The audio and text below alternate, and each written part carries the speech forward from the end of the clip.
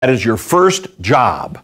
That when you have an event, whether it's a COBRA event or not, even if somebody comes in and says, I'd like to terminate my group health insurance, that is the first thing you do. That is the first. Oh, wait, I must take him off the plan. Yeah, but the guy's bleeding all over the place. Oh, he will have to wait because I must take him off the group health plan. That's the first thing you do, is take him off the plan. We'll worry about COBRA later and all that other stuff, but do not let them sit on that group health plan.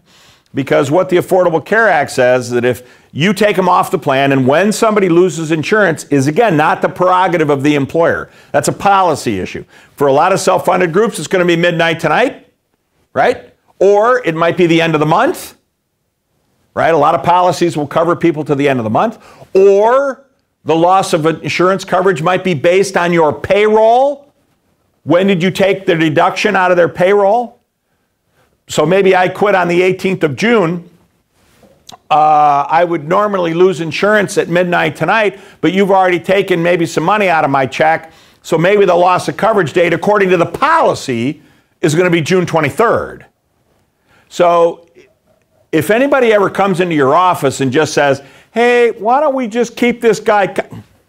No. The policies dictate whether you're insured or self-funded. They will tell you when somebody loses insurance. The most common provisions, no doubt, are midnight tonight or end of the month. But I know a lot of companies that have weird loss of coverage dates that are based, for example, like I said, on their payroll issues. So, but that's not an issue. So if anybody, I said, just says, hey, just terminate him here, now you need to go by the policy. Otherwise, there could be a problem there. The federal COBRA law, the Affordable Care Act, none of these federal statutes or state statutes tell you when does somebody lose insurance. The policy will tell you when somebody loses. Do not forget that.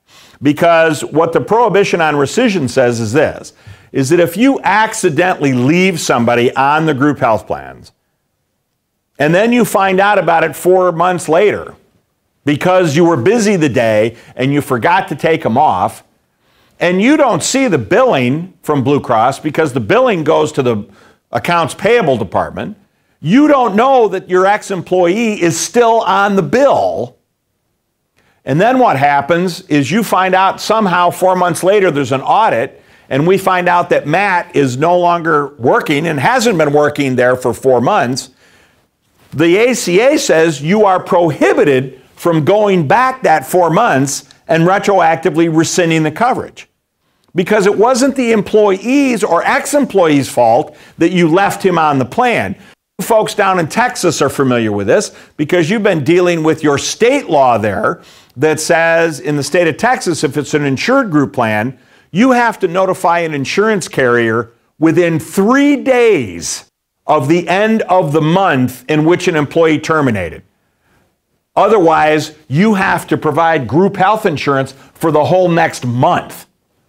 So let's say I go out the door on June 18th and I'm with an insured plan in Texas. I go out on June 18th, but again, the employer's busy and doesn't notify Blue Cross Blue Shield of Texas until July 10th. According to the state law in Texas, you as the employer have to give him the whole month of July because you didn't notify the carrier within 3 days of the end of the month. So you're kind of used to it. The rest of the country is not used. What they're trying to get, you got to move this information. Not just again from a COBRA, you got to move it. As soon as somebody